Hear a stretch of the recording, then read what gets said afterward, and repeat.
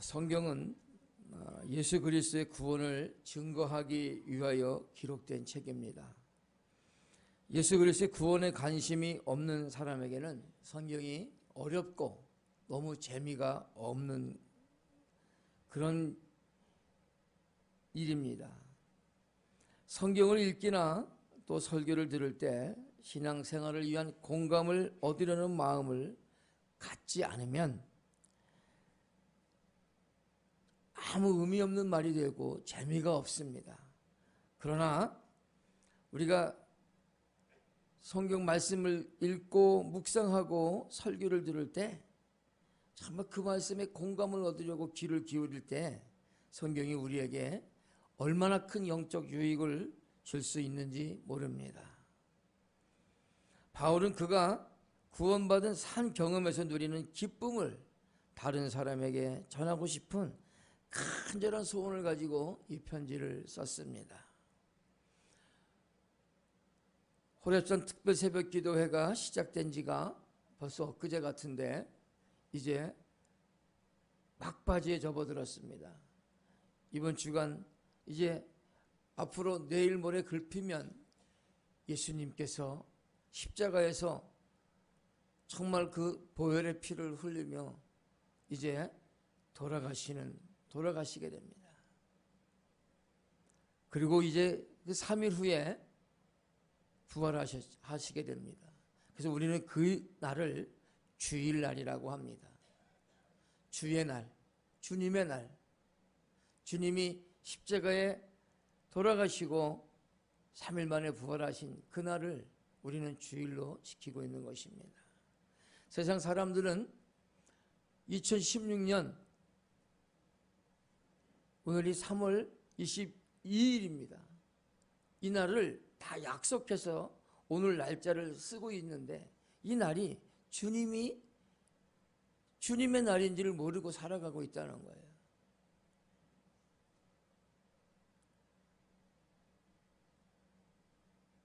하나님의 인도는 꿈을 통해서도 아니고 환경을 통해서도 아닙니다. 사람을 통해서도 아니고 오직 성경 말씀을 통해서 이루어지고 있다는 사실을 믿으시기 바랍니다. 그러므로 온전한 성경적 가치를 우리는 가져야 합니다. 그 성경적 가치관이란 오늘 우리는 본문의 말씀을 통해서 바울의 기쁨과 즐거움이 우리의 것이 되는 축복이 있기를 간절히 소망합니다.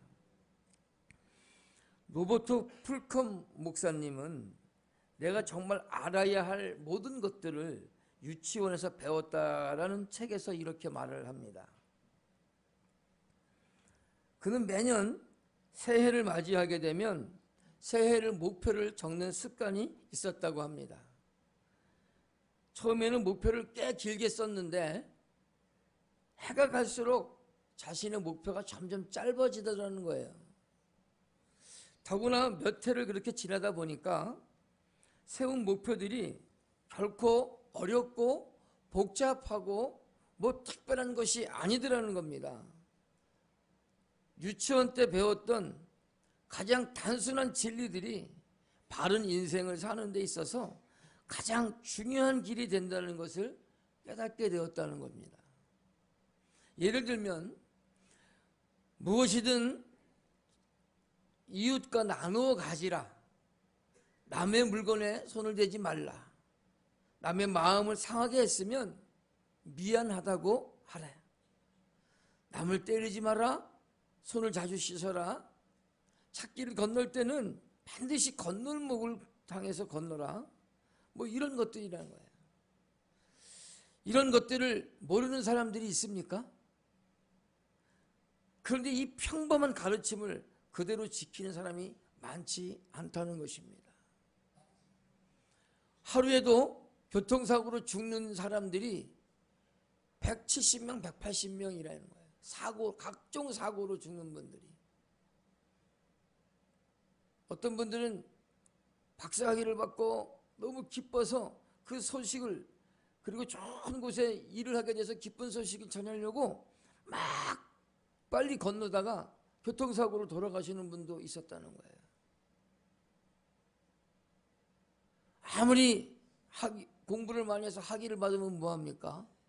아무리 좋은 일이 생겨서 그 소식을 전하러 뛰어가면 뭐하냐는 거예요. 그분은 횡단보도를 건너지 아니하고 그냥 빨리 가려고 길을 건너다가 그만 사고를 당하고 말았다는 것입니다. 이런 일들이,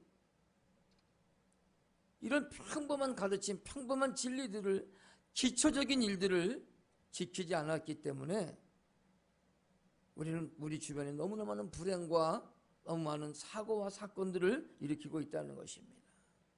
왜 사람들이 서로 다투고 서로 미워합니까? 왜 그리 많은 사람들이 성공하기 직전에 주저앉고 맙니까? 왜 많은 사람들이 불안해하고 두려운 삶을 살아가야 합니까? 그것은 삶의 기본인 기본을 어기고 기초를 지키지 않았기 때문에 그렇다는 것입니다. 이것은 신앙생활에서도 동일하다는 것입니다. 성경 속에 담겨있는 어렵고 깊은 진리를 몰라서 하나님의 은혜를 누리지 못하는 것이 결코 아니더라는 거예요. 오히려 가장 기본적인 진리를 믿고 따르지 않았기 때문에 그 모든 것들을 하나님이 우리에게 약속하신 풍성한 은혜와 복들을 누리지 못하고 산다는 것입니다. 저는 우리들이 능력 있는 그리스도인들이 되기 위해서는 그 무엇보다도 기도와 하나님의 말씀이 가장 중요하다고 말씀을 전합니다. 저뿐만이 아니라 우리 목사님들이 말씀을 전할 때는 이런 말씀들을 전하고 있습니다. 그런데 그럼에도 불구하고 기도와 말씀대로 사는 것을 생활화하는 기독교인들은 결코 많지 않다는 것입니다. 근본적인 신앙의 기초를 잘 안 지킨다는 것입니다. 그렇다면 신앙생활을 시작할 때 가장 기본적으로 마음에 새겨야 할 근본적인 진리, 믿음의 기초는 무엇일까요? 첫째는 우리가 아주 못된 죄인이라는 사실을 고백해야 한다는 것입니다. 오늘 본문 6절로 8절의 말씀을 보면 우리가 아직 연약할 때에 기약대로 그리스도께서 경건하지 않은 자를 위하여 죽으셨도다. 의인을 위하여 죽는 자가 쉽지 않고 선인을 위하여 용감히 죽는 자가 혹 있거니와 우리가 아직 죄인 되었을 때에 그리스도께서 우리를 위하여 죽으심으로 하나님께서 우리에 대한 자기의 사랑을 확증하셨느니라 이렇게 말씀하고 있습니다. 본문에서 사용된 연약함, 경건치 않는 죄인들이라는 이 어휘들은 그 어휘들에서 우리는 어떤 것을 보냐 하면은 우리는 어떤 영적 능력도 전혀 가지지 못한 전적인 무능력의 상태에 있다는 것을 알게 된다는 것입니다. 우리는 하나님의 사랑을 마땅히 알아야 할 때도 알지 못하고 있었습니다. 우리는 연약하고 전적으로 무능한 상태를 깨달은 적이 없었기 때문입니다. 우리는 원래 영적으로 전혀 무능했습니다. 이 상태는 죄와 허물로 인해 영적으로 죽어있는 상태를 말하는 겁니다. 우리가 연약하다는 것은 하나님을 기쁘시게 할 수 없는 상태를 가리키고 있는 것입니다. 그렇습니다. 우리는 예수 그리스도께서 우리의 죄를 위해 대신 죽으셔야 할 정도로 정말 너무 많은, 너무 매우 악한 죄인들이었다는 것입니다. 로이 존스 목사님은 이런 부분을 주석을 통해서 이렇게 말씀하십니다. 우리는 수많은 시간 동안에 엄청나게 많은 시행착오를 거치면서도 이런 사실을 깨닫지 못했었다는 거예요. 구약시대에 수천 년, 1600년, 700년, 1800년이 흘러가면서도 이런 사실을 깨닫지 못했고 또 그 수많은 시간들을 통해서도 많은 시간들이 우리에게 있었지만 그런 것들을 깨닫지 못했다는 거. 우리가 죄인이고 우리 죄 때문에 십자가에 주님이 돌아가셨다는 사실들을 잘 몰랐던 것입니다. 그것은 저분이 주님께서 우리를 위해서 돌아가셨다는 그 사실은 우리가 죄인이었기 때문이라는 사실들을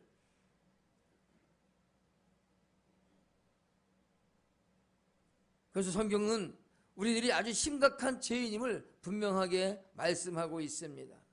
로마서 3장 10절에는 의인은 없나니 하나도 없으며 이렇게 말씀합니다. 로마서 3장 23절에는 모든 사람이 죄를 범하였음에 하나님의 영광에 이르지 못하더니라고 말씀합니다. 바울도 자기가 참으로 악한 죄인임을 깨닫고 이렇게 탄식했습니다. 내 속 곧 내 육신에 선한 것이 거하지 아니하는 줄을 아노니 원함은 내게 있으나 선을 행하는 것은 없노라. 로마서 7장 18절의 말씀입니다. 여러분, 신앙의 첫걸음은 나 자신이 하나님 앞에서 참으로 악한 죄인임을 아주 철저하게 인정하는 것입니다.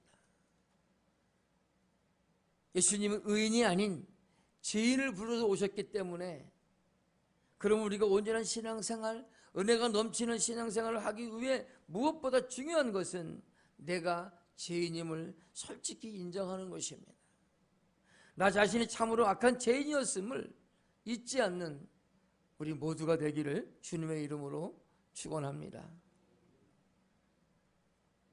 사도 바울은 예수 그리스도를 전파하기 위해서 정말 험난한 사명의 길을 걸어갑니다. 너무나 많은 위험도 당했고요. 더구나 억울한 사건을 당한 것이 한두 번이 아닙니다. 그런데도 바울은 항상 기쁨과 감사의 삶을 살았고 또 우리로 하여금 기쁨의 삶을 살 것을 권면하고 있습니다. 빌립보서 4장 4절에 보니까 주 안에서 항상 기뻐하라. 내가 다시 말하오니 기뻐하라 이렇게 말합니다. 근데 정말로 험난을 길었던 그가 어떻게 기뻐할 수 있었겠습니까? 빌립보서를 작성한 그때는 그는 감옥에 있었습니다.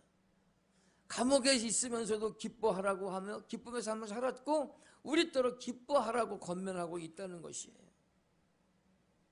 그것은 바울 자신이 철저한 죄인임을 항상 잊지 않고 있었기 때문입니다.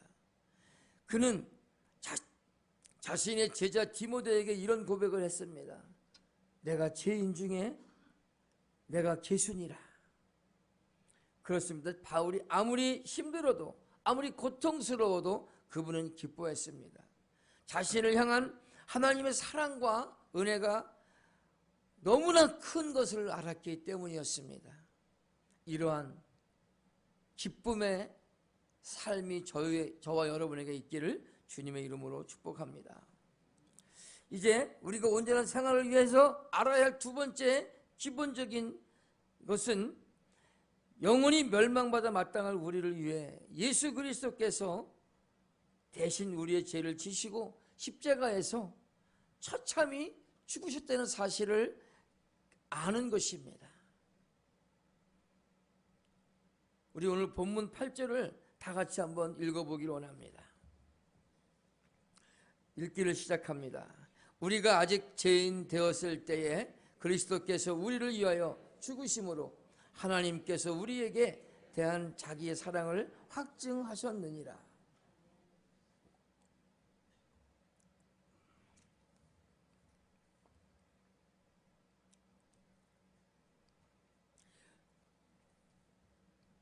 유명한 어느 목사님께 한 부인이 찾아와서 상담을 요청합니다.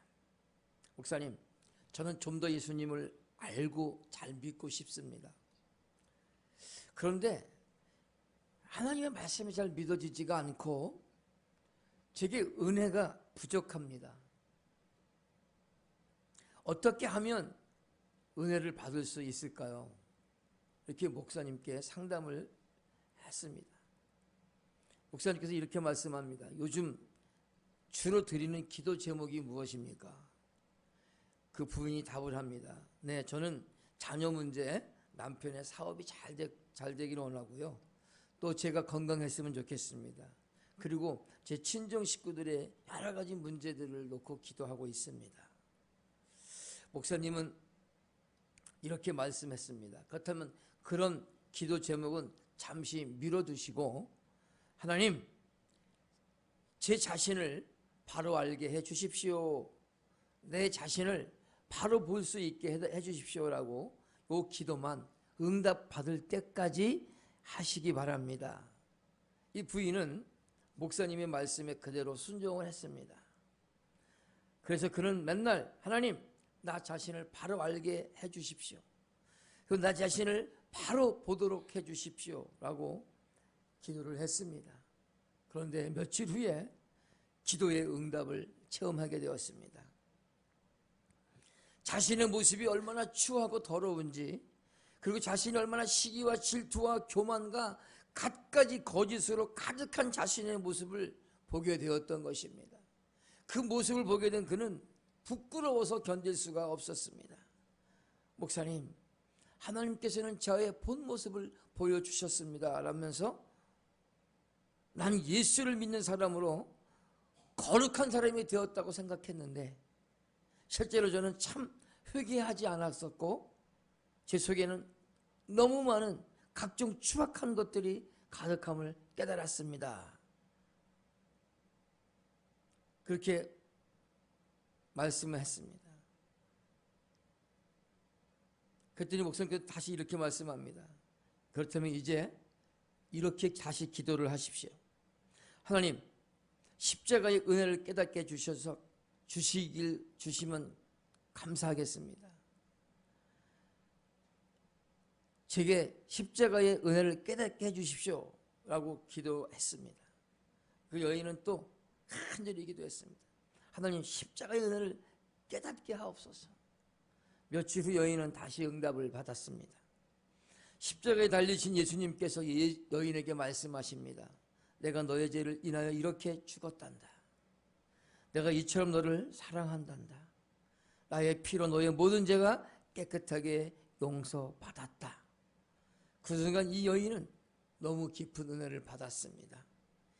이 부인은 확실한 신앙으로 바뀌어졌고요. 자신을 위해서 십자가에 돌아가신 주님의 사랑을 깨닫게 되었다는 것입니다. 이제 세 번째 신앙의 마지막 근본적 기초는 이미 앞에서 말씀드린 것처럼 하나님 안에서 기뻐하고 즐거워하는 것입니다. 오늘 본문 10절 11절을 보면 우리가 원수 되었을 때에 그의 아들의 죽으심으로 말미암아 하나님과 화목하게 되었은즉 화목하게 된 자로서는 더욱 그의 살아나심으로 말미암아 구원을 받을 것임이니라. 그뿐 아니라 이제 우리로 화목하게 하신 우리 주 예수 그리스도로 말미암아 하나님 안에서 또 즐거워하느니라. 멸망받아 마땅할 우리가 예수님의 십자가의 은혜로 하나님과 화목하게 되었습니다. 이제 천국에서 영원히 하나님과 살 수 있는 천국 백성이 되었습니다. 그런데 어찌 즐거워하지 않을 수가 있겠습니까?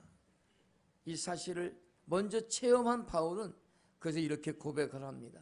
내가 죄인 중에 개순이라 나를 능하게 하신 우리 주께 감사함은 주 안에서 내가 항상 기뻐하라. 내가 다시 말하노니 기뻐하라. 하나님의 사랑은 우리가 연약할 때, 우리가 죄인 되었을 때, 원수가 되었을 때, 그럼에도 불구하고 그리스도께서 우리를 대신해 죽으셨습니다.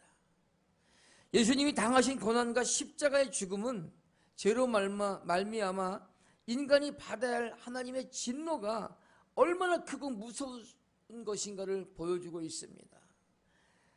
왜 예수님이 돌아가셔야 되는 겁니까? 우리가 죽어야 되는 것이죠. 죄의 값은 사망이거든요. 죄를 지은 사람은 하나님은 반드시 죽음으로 죄값을 치르게 하셨다는 거예요. 당신이 사랑해서 하나님께서 우리를 사랑해서 이 땅에 보내주셨는데 우리를 다 죽일 수밖에 없는 상황에 이르렀다는 거예요. 그래서 자신의 정말 유일한 아들을 십자가에서 죽게 만들어서 우리의 모든 죄를 다 대속하게 해주셨다는 것입니다. 하나님은 예수님을 우리 대신 십자가에 내어주시고 우리 죄를 대속하게 하심으로써 우리에 대한 사랑을 확증하셨다는 사실을 믿으시기 바랍니다. 이 은혜는 받는 사람 입장에서 보면은 값없이 주어지는 것이지만 베푸는 입장에서 보면 엄청난 값을 지불해야 하는 것입니다. 우리가 십자가에서 예수님이 이루신 대속의 은혜에 감사하며 사랑으로 세상을 섬길 때 세상이 하나님의 사랑을 알게 될 것입니다. 또한 하나님은 우리를 적극적으로 사랑하셨을 뿐만이 아니라 전적으로 우리를 구원해 주셨습니다. 예수 그리스도의 피를 믿는 사람은 누구나 하나님이 의롭다고 하셨습니다. 이 칭의는 누구도 무효화할 수 없는 하나님의 법적 확증입니다. 우리를 참소하며 우리를 패가망신시키려고 하는 낙심케 하는 원수 마귀도 이것은 바꿀 수가 없습니다. 또한 우리가 의롭다 하심을 얻는 것은 하나님과 화목하게 되었다는 것을 확증하는 것입니다. 우리가 완벽하게 되었기 때문이 아닙니다. 우리가 잘났기 때문에 의롭다고 칭한 것이 아니라는 겁니다. 우리는 아직도 연약함과 죄성이 있지만 십자가에서 피 흘리신 예수님의 공로를 의지할 때 그 죄책감과 실패감에서 벗어나 하나님 안에서 즐거워할 수 있다는 것입니다. 사랑하는 성도 여러분, 우리가 지켜야 할 기본적 신앙이 무엇입니까? 바로 이것입니다. 저와 함께 고백해 보시길 바랍니다. 첫째, 나는 죄인입니다. 이 죄로 인해서 예수님이 십자가에서 죽으셨습니다. 이토록 하나님께서 날 사랑하시니 나는 항상 기뻐하고 감사할 수밖에 없다는 것입니다.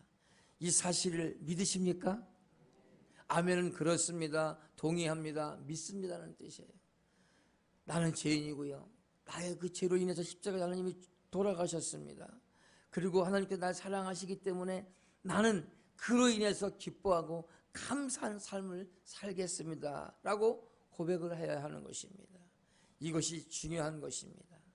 헌신, 봉사, 기도, 예배, 헌금 뭐 등등 다 중요합니다. 그러나 이것보다 우선돼야 할 것은 우리가 스스로 죄인임을 깨닫고 십자가의 은혜를 깨닫는 것입니다. 그리고 여러분 자신이 죄인임을 잃어버리고 십자가의 은혜를 잃어버리고 행하는 신앙의 어떤 행위들도 하나님을 온전히 기쁘시게 할 수 없습니다. 없다는 것입니다. 우리가 그 목사님을 찾아왔던 부인처럼 우리도 함께 기도하기를 원합니다. 하나님, 나 자신을 바로 알게 해주십시오. 하나님, 나 자신을 바로 볼 수 있도록 허락해 주십시오. 하나님, 내가 십자가의 은혜를 깨닫게 해주십시오. 라고 기도하시는 저와 여러분 될 수 있기를 바랍니다. 하나님은 그럴 때 반드시 우리에게 그 여인이 받은 은혜처럼 우리에게도 반드시 응답해 주실 줄로 믿습니다. 오늘 저와 함께 기도할 수 있는 저와 여러분 될 수 있기를 바랍니다. 기도하겠습니다. 거룩하신 아버지 하나님,